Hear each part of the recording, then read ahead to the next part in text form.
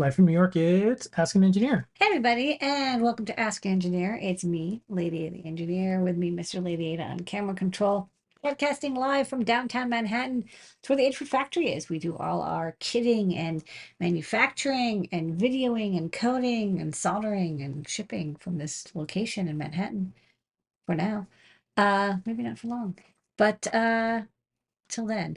I got an exciting show for you tonight. We got lots of new products, some videos, some it's not out yet, some Yep, Python, Easter stuff. got a lot of stuff Let's going on. kick it. What's on tonight's show? On tonight's show, the code is you hid because we have a product that has something to do with this. Maybe you can figure out early, maybe not.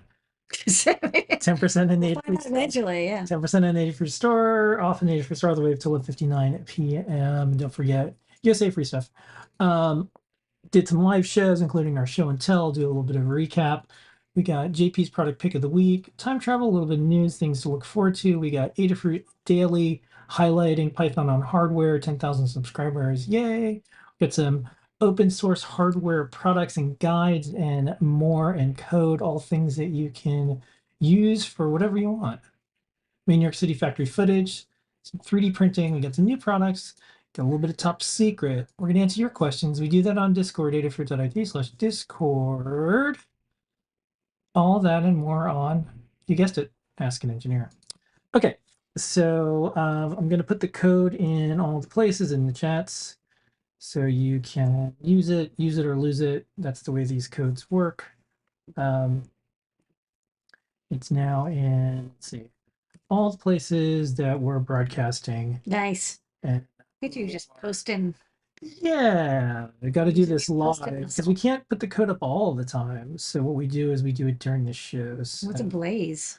That's on Tumblr, and you can purchase Oh, right, a right, right. post that goes everywhere. We've tried it. We've done a lot of stuff with Tumblr. Okay. Um, Okay. so anyhow, Now you're posted. yeah. So now we've got the codes in a lot of places for folks to start getting the discounts and more because I asked for it during the show, so that's there. Um, we do free stuff in addition. So in the USA only, you get free stuff. What's the tiers? Okay. When you order $99 or more, you get a beautiful gold plate coaster made out of circuit board material with Adafruit logo. I spent exactly 5.8 minutes designing this, but I think it looks kind of nice. So get some bumpers, put it on your desk, keep your cold or hot drink from ruining your lovely desk. Okay, what else? If you order 149 or more, you'll get a KB2040, which is a Pro Micro pinout microcontroller board with an RP2040 chip, tons of flash, USB-C, castellated pads, buttons, and NeoPixels, and a STEMMA QT port. It's designed, specifically for people who like to make keyboards, but it's a great microcontroller board to start with. Okay.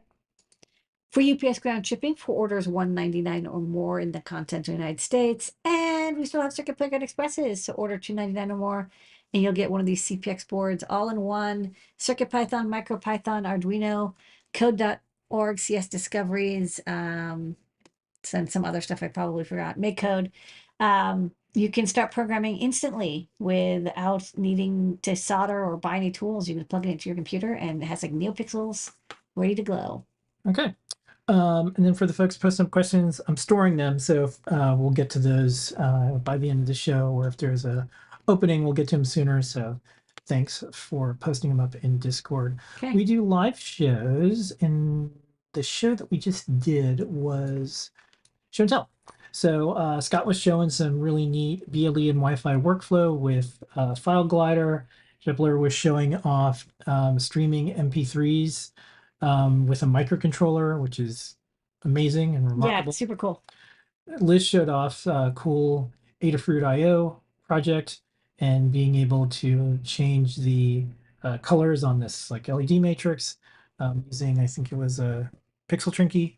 And then JP showed off the TRRS trinky, which had the accessibility Yeah. features or assisted tech with the Xbox controller and being able to control it. And then we had flying things and amazing cosplay project with like sounds and all sorts of stuff. Conductive toe beams. Mark continued to show some work on the magnetics project where you do rotation and do things. Learning new things. There's nothing, making mistakes is how you learn. Yeah. So we do the show until every single week, 7:30 p.m. Easter time show your projects. You'll also see a preview of the things that we do behind the scenes here at Adafruit and meet some of the staff. On Sundays, we do From Desk Lady, including the Great Search, so tune into those. And then on Tuesdays, we do JP's Product Pick of the Week. Here is this week's highlight. This is the product pick of the week this week. It is the Pixel Trinky. This plugs right into USB. It's an M0 processor and it has terminal blocks for either NeoPixels or dot stars. I have it connected to one of our little LED rings. I've got a bit of plastic for diffusing. I've coated it in fast LED and now I'm just going to plug it into a battery pack. And you can see if I shield that from some of the bright light there or just reflect it off of something like a human face. You can see there I've got a cool little Pride Month logo color effect happening there. I've also got that in a little bit of heat shrink tubing that you can see. Maybe there's some clear heat shrink to give it some protection. And then you can put it back on this. I left it open so that you could see it a little better. This week it is the Pixel Trinky. And on Thursdays, JP's workshop, you can see the project he showed off on Show and Tell and more.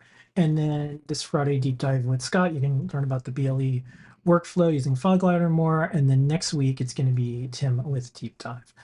So, Gonna go back in time. Gonna go back in time. Gonna go back in time. on our site this month, it is Pride Month, and in New York City, there's a lot going on.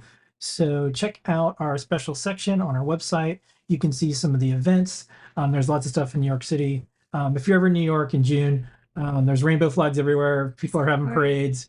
It's also a good time to reflect, visit Stonewall. Really neat, inclusive, fun, empowering time for New York City. Do check it out and then check out some of the stories of some of the people that maybe you don't know, or maybe you do. And you can see there's stories celebrated on our blog. We do something every single month, if not more. We have a lot going on in June. There's Juneteenth. There was just Memorial Day. There's a lot. This is summer holiday season. Then June's a great month for Pride. It's like you can go out, yeah, you can go wear outside. your tank top. Yeah. And then for tomorrow, but you can sign up right now. A bit of a reminder: the Adafruit IO monthly is going out. So go to Adafruit Daily and subscribe. You'll get the newsletter. It appears on the blog and all the normal places, but we don't spam anyone or anything. We're almost up to 6,000 subscribers. It's like the only ad-free, non-tracking, Privacy. yeah. Believing. Yeah, so we just cover all the stuff with IoT that we really like, including Adafruit stuff. So do check it out, and then It's also like our little notepad. It's like, oh, what are people yeah, doing here's with cool IoT stuff. Here's stuff going on. and technology. So yeah. Yeah. So Brent is the author of it. You can also check it out on the blog. It goes live, but subscribing to the newsletter lets us know that we're doing a good job. Like most people, they'll see the blog posts and stuff like that, but a subscription. And again, we do it on a completely separate website. It has nothing to do with your Adafruit store account because we don't spam. We're always told we should. We have money on our table. I get emails But- like every day, like I could increase your marketing by 40,000%. But we trust y'all to pick up something once in a while. Don't forget to use the code you did. Yeah. So that is something to do. Okay, let's do some Python on hardware.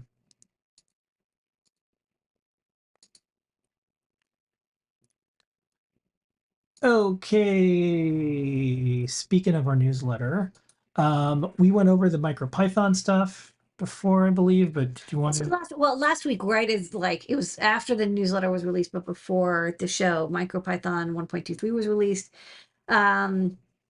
Big thing is dynamic USB devices, which is exciting. It means that you want mass storage, or you want HID, or you want MIDI devices. You can now dynamically describe them like in a raw way, and then people make helper libraries, of course. CircuitPython has all this stuff a little cooked in a bit more, like deeply into the firmware itself. But this is definitely more flexible. So, trade-offs.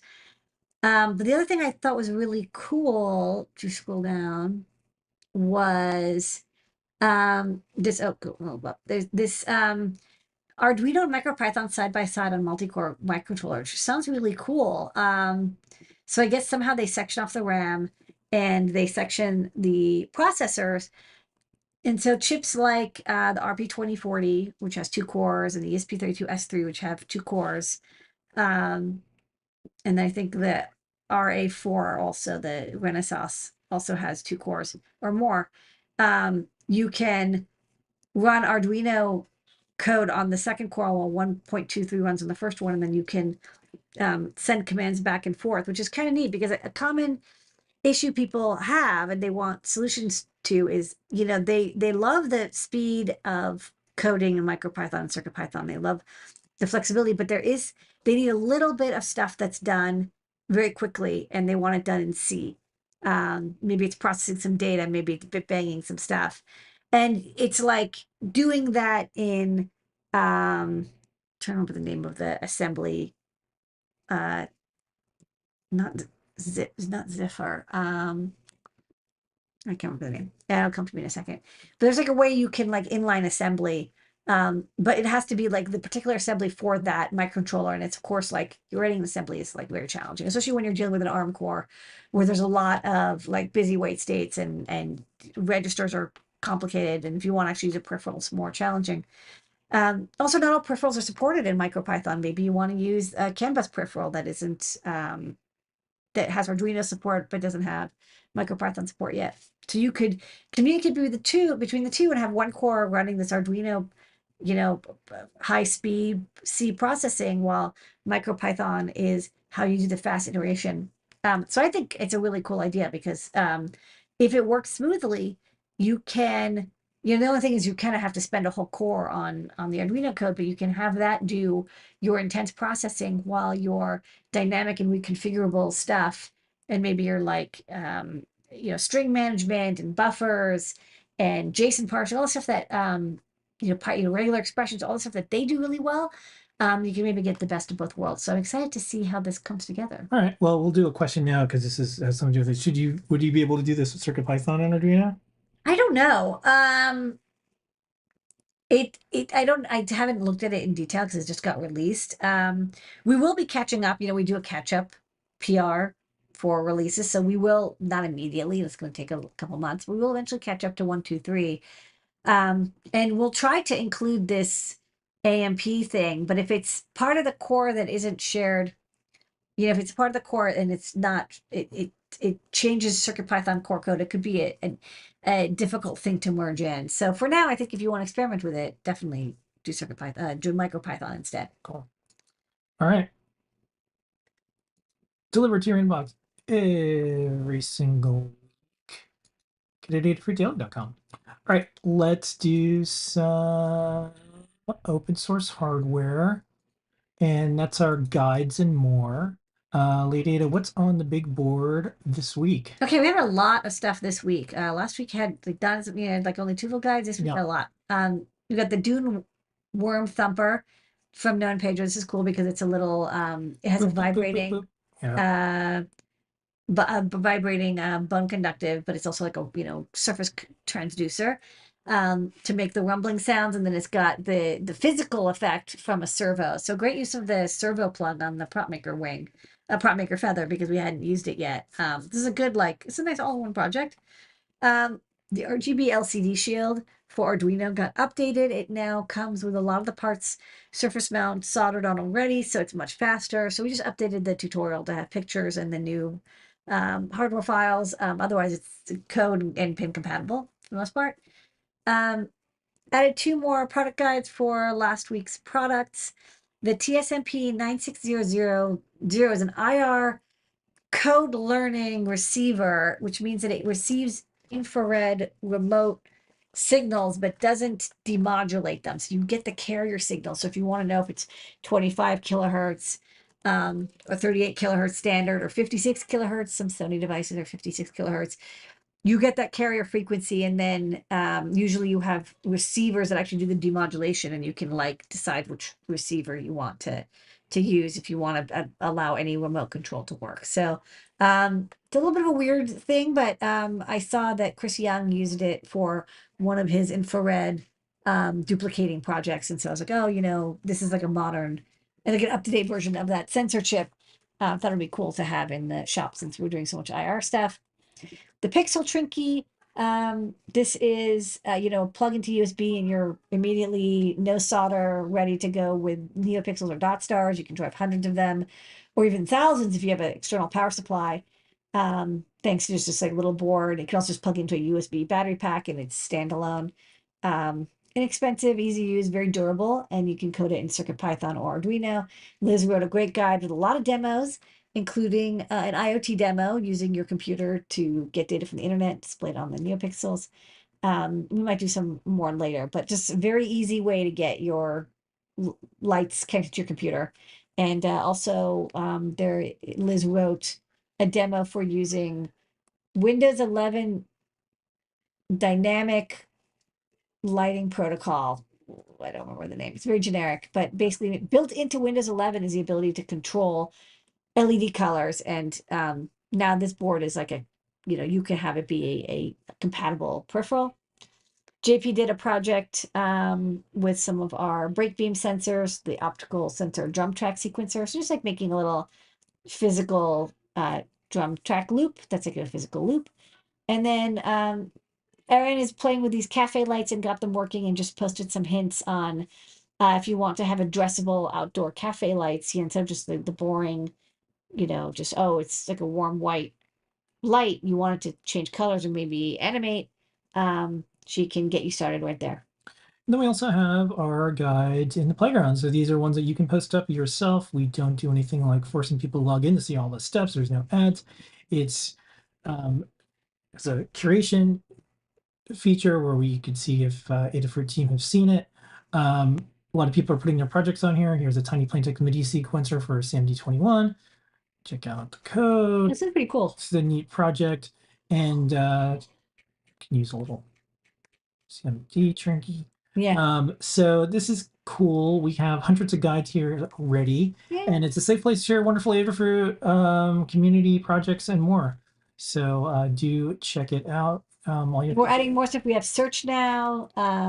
We added like these little bookmarks. We're gonna add more stuff like reactions and be able to maybe remix people's projects too. Let's check it out. All right, let's do some factory footage.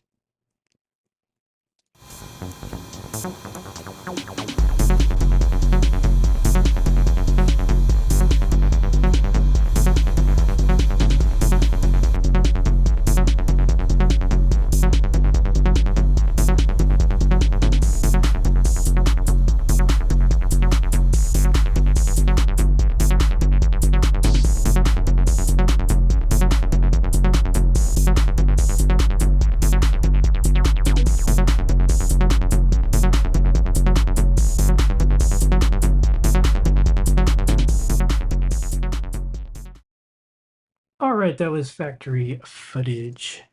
Okay, we're gonna do some 3D printing videos back to back. This is the Dune Thumper and then a speed up.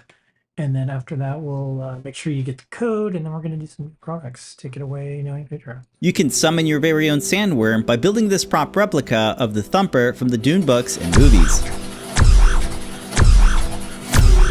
Powered by the Adafruit prop maker Feather RP2040, this project uses a built-in accelerometer to trigger a servo motor and a surface transducer. The servo actuates the top clapper, while the transducer turns the surface into a speaker and plays the Thumper sound effect. This dev board is our favorite go-to because it's designed for making prop projects. This project uses CircuitPython code to drive the servo motor and play audio sound effects. In the code, whenever the accelerometer detects the device is shaken, the Feather board will drive the continuous servo and play the sound effect through the I2S audio amplifier. We think this demo code could be used in other projects. Just change up the accelerometer sensitivity and timing of the servo to fit your project. Be sure to check out the step-by-step tutorial on learn.adafruit.com.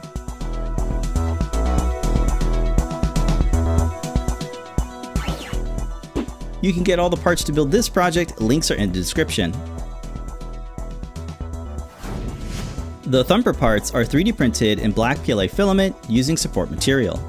We open source the design files so you can adjust or remix them however you like. A mini slide switch is soldered to the ground and enable pins on the Feather. To keep the build slim, we used right angle header pins to connect the continuous servo motor. The feather is fitted inside the main half of the body with a rod support secured over the 2 mounting holes. The mini slide switch is press fitted into a cavity that's built into the main body. Wires from the transducer are inserted into the screw block terminals and tightened with a flathead screwdriver. The LiPo battery holder is secured to one half of the body with machine screws. It's a cylindrical battery, so it just slides into the holder. The servo motor is press fitted into the built-in holder and secured with additional machine screws. The transducer can then be slipped into the ridge right below the battery.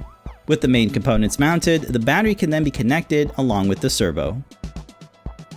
This little bumper acts as an end stop to prevent the top clapper from falling out of the rod holder. Once assembled, the 2 halves can then be joined together and secured using the mounting tabs on the side of the device. We hope this inspires you to check out the Adafruit PropMaker Feather, RP2040, and CircuitPython for your next prop projects.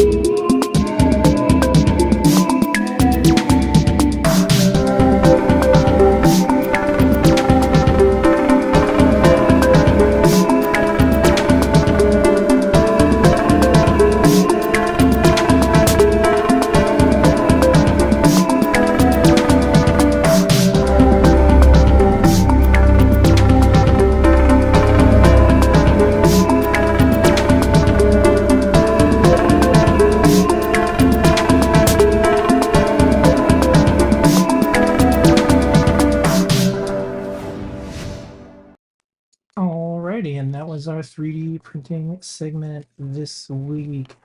Before we go off to new products this week, a little programming note. Skipping Iron MPF this week. We're probably just going to do it as a standalone video. Ran out of time today. That's okay. You still get a discount code. You hit is the discount code. Let's do some new products later. New.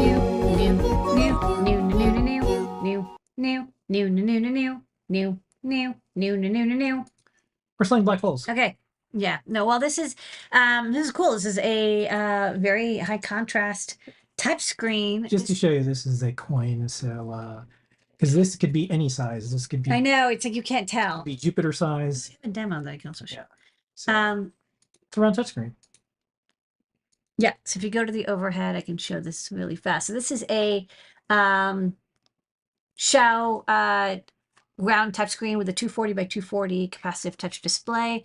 You can also use it with QT Py boards. And I'll say that the Arduino support is a little bit funky, like you have to edit a lot of files and stuff.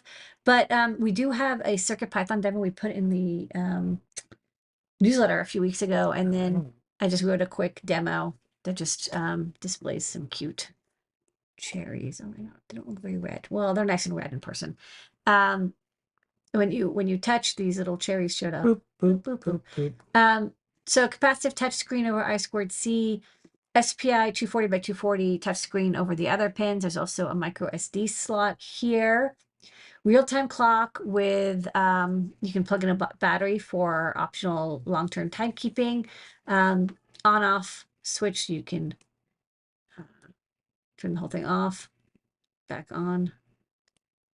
Clear the screen. No. Oh, maybe it just turns off the backlight. And so usually like almost all the pins. Maybe I think like 1 or 2 of these pins are available, but you still have I2C. So you have the stem QT port here, so you can plug it in.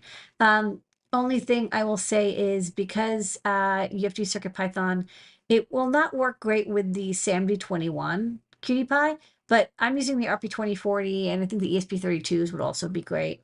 Yeah. So I recommend to use it with CircuitPython, but it does work quite well. And it's like a nice little all-in-one Xiao/QT Py board. Alrighty, next up.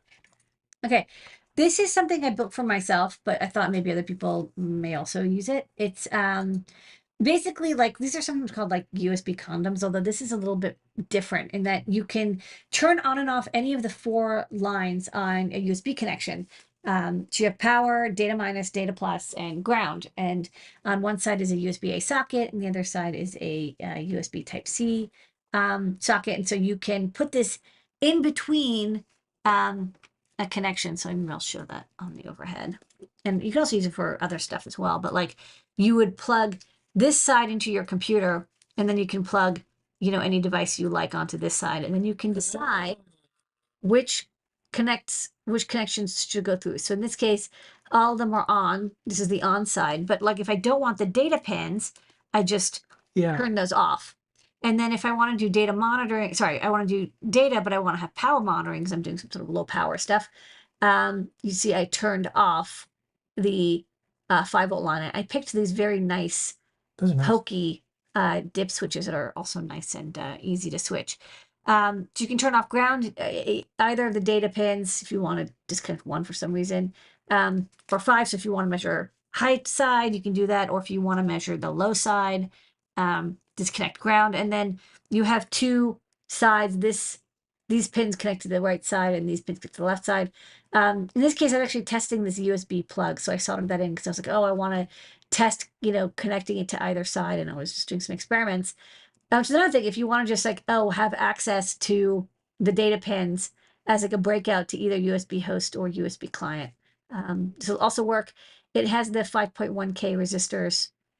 So another thing this could be good for, although it's not recommended because these are not high current switches, is that if you have something that doesn't have the USB-C resistor set on the device, so it's like when you connect to an Apple power supply, it doesn't provide any power. You can put this in the middle and it will it'll set the CC lines low with the 5.1K resistor, but let the data through. So kind of like an all-in-one like USB twiddler. I don't know. I think it's pretty useful. Like I said, the only downside is these dip switches are only rated for 100 milliamps, but like you could probably pull a couple 100 milliamps without too much issue. Just don't do it a lot. Don't tell anyone. And don't switch it while it's powered, so you minimize the arcing while switching the power lines. But I use this all the time because I'm constantly like doing USB experimentation. Okay. Star of the show tonight, besides you, Lady Ada, and our community and our customers, our team, everybody who makes things go, is UART to HID converter. Oh. I wonder what the code is. So this is a board based on the CH9328, which I saw looking at a different project. And I was like, oh, what is this chip? This chip is kind of neat. If you have, a SAMD20, Could I what? I think I have. Oh, I see. This one. Did you swap one picture? This one right here. Yeah, we'll I'm just not keep gonna that click- one. I'm not Oh, gonna click just, that. I'm not gonna yeah, click that. don't click here, don't click it. Okay, thanks. Click the right one. If you have a SAMD21 or SAMD51 or an RP2040 or an ESP32 S2 or S3, you have native USB, which means that the USB port on the board can act like a keyboard or MIDI or a mouse or a disk drive. And a lot of people like to make little keyboard projects where, when you press a button, it sends a key press, like our macro pad project. But the problem is that there's some controllers that don't have native USB, like the original ESP32 or the ESP8266 or the Arduino Uno, the original Arduinos, or like the CH552. There's like just a bunch of chips that don't have. Maybe the CH552 does have native USB, but the CH32V003 doesn't. Right. So there's some chips that don't have USB that can act like a keyboard, and in those cases, we've historically just told people like, oh, just upgrade your chip and use a different chip. But if you really want to use the microcontroller you've got, or maybe another idea is some people have asked, how can I make a Raspberry Pi act like a keyboard? And I'm like it's actually really hard because you have to put it into gadget mode. It gets just very complicated. But if you want a computer or a single board computer or a microcontroller to act like a keyboard, this chip basically does that. It looks, when you plug the USB port into a tablet or mobile or laptop or computer or game system, it enumerates as a keyboard, and then on the RX pin at the bottom there, you connect to ground and RX, and then you send 9600 baud UART ASCII strings, and whatever you type in the ASCII string, like if you type out hello world, the chip will type out hello world. So whatever UART signal is sent into the chip, it pretends like it presses each key. There's also these switches on the left that are mode switches, and one of the modes, if you like flip 2 of them one way or the other, just documented in the product page. You can send raw 8-byte HID key press data, which means that if you want to act like a French or German keyboard, or you want to send multiple key presses, or you want to do like Control Alt Delete, you would do it that way because it's not an ASCII string. You'd send the raw key press data, and you can do that by setting a mode. So it's kind of neat because it's a transparent, like you are string in, key press out, and also like a raw data in to more adaptable key press, key release signal. But I like it. It's a little chip. And then we also have a little port on the side. Maybe go to the first image, 04. It's a JIC SH pin. So if you want it not even solder, you can use a cable. You can do the overhead really fast. You can use this cable if you want to not even do soldering. I'm trying to make as many projects and products solder free as possible. So people can just like plug in cables, and then you can have data on the white wire, and then you get 5 volts out here, and then this is the common ground. And if you do want to solder a little bit, you can change the voltage from 5 volts to 3 volts. And like I said, you could have your data coming from a Raspberry Pi or a computer or a microcontroller, or a Bluetooth module, and now it acts like a keyboard. All right, and we can answer a question for this specific. What key map does it use pretty, or is it configurable? Can HID send ASCII Unicode too? It can, in the transparent mode, it only sends ASCII visible characters. If you want to send anything else, you use the raw mode, and you literally are sending the raw key codes. So it's like whatever language, emoji, you can do it. You just have to know like the key commands to send it. So it's like Alt, Control, dot \x 521 or whatever. But yes, you can have it type whenever you like. And this is Robert. Yay! New. Okay, don't forget, code as you hit. There is free stuff in the USA if you want. And we're going to do top secret. We have some questions lined up. We'll get to this, and then we've got to get out of here early. Let's do some top secret.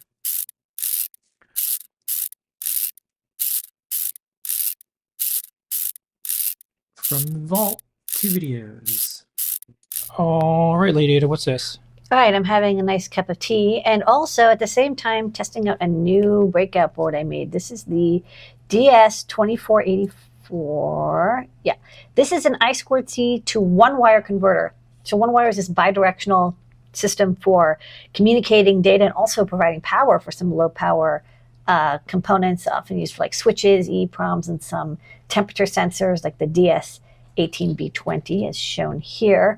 Actually, the Arduino Uno that at Mega 328 does have support for one wire built in, but there's a lot of chips that don't necessarily have one wire, maybe a single board computer, Linux, or your desktop, but you still want to interact with one wire devices. Well, this board will let you use I2C, so through a STEMMA QT port. And then I'm using our little chainable DS18B20 helper board just to make it easy to connect multiple sensors, including this waterproof temperature sensor that I'm going to put in my tea. And then if we go here, hold on, I have to reset this. There you go. Okay. It resets the one wire bus, and it can detect 3 devices. It prints out the unique ROMs, and the temperature, you can see the tea is a little bit warmer. Otherwise, it's getting room temperature. So this is great because it's actually going through I2C. It's a generic Arduino library. So then anything that has one I2C support can now communicate with one wire devices. Cool. All right, Lady Ada, what's this? This is the USB-C Type-C plug breakout I made. I've had breakouts for the USB socket, but this is the plug. This is the part that goes in. I was a little bit worried about this because a lot of these have like these little fingers of solder on both sides, and that's the only thing keeping them mechanically connected. This one I liked because it has this through-hole tabs, these mechanical tabs, and there's only 2 of them. But it actually seems like pretty strong. I mean, like if you really bend, you'll probably snap it off, but it'll take some abuse. And so I'm testing it here with a Feather ESP32, and I have this soldered in. And then I'm actually using another board that I just finished designing and is going to be in the shop soon, which is a USB switchable breakout adapter thingy. Sometimes they're called like USB condoms, where you can switch any other of the pins on and off. This lets me, basically connect to a USB port very easily because it's got breakouts. And then I can verify that on the computer, I have the USB C connected through because I'm getting data from the CircuitPy drive. So these are good. I'm going to get them into the store real fast. I think then we can design USB-C Trinkies and other devices that plug directly into a USB-C port. It's kind of cool. All right. And that's top secret. Ooh. Now you know what's coming up. Okay, and don't forget, if you hit his code, we're going to answer some questions. We had some lined up. We answered some of them real time. Let's do the first one. I sent this to you already, Lady Ada. This person wants to know, Christopher Engineer, can you please make the ESP32 TRS Trinky compatible with the composite video? And they had linked to GitHub and sold a package with a USB stick like this. And they sent the link, so I sent it over to you. You can. I don't have any plans to make that, so please make it yourself. Got parts. Not a lot of people have composite monitors, so I don't really do composite projects anymore. But we've got the codes up, and we've got lots of hardware that you could probably do a little bit of soldering and build your own. Okay. I think you mentioned manufacturing in New York City for now. Started showing any interesting news. We'll be moving our factory to Brooklyn, but that's still New York. So Well, I said downtown Manhattan. yeah, you meant Manhattan. I said I think downtown Manhattan. Yeah, we're upgrading. We're gonna be able to grow and do more things, and this is part of our long-term plan to move and be able to do more with Adafruit. So it's a good time if you're looking for commercial real estate because a lot of folks went to remote, and there's a lot of fantastic spaces in New York City, Brooklyn, other areas, and more Manhattan that are empty still. So for someone like us who has people that physically around, shipping physical goods, making physical goods, we are looking forward to it. I think we answered the question about the yep. Answered the other ones. Folks are posting up a lot of things for the products. So yeah, check out there's already chatter about some of the things that people want to do with these Cool. things. So that's Yeah, I think this will be fun. This is a fun product. Yeah, pick one up. I have some, ideas, but it's a common request. And like, yes, you could use like an inexpensive cutie pie, as an interface, but it's nice that it does everything and it's inexpensive and it's like kind of solid. Okay. And with that, we're done with questions. Thank you so much, everybody. This has been an Adafruit production. We're going to bounce a little early tonight. We'll see everybody next week. Here is your moment of Zener. Thanks, everybody. Bye bye.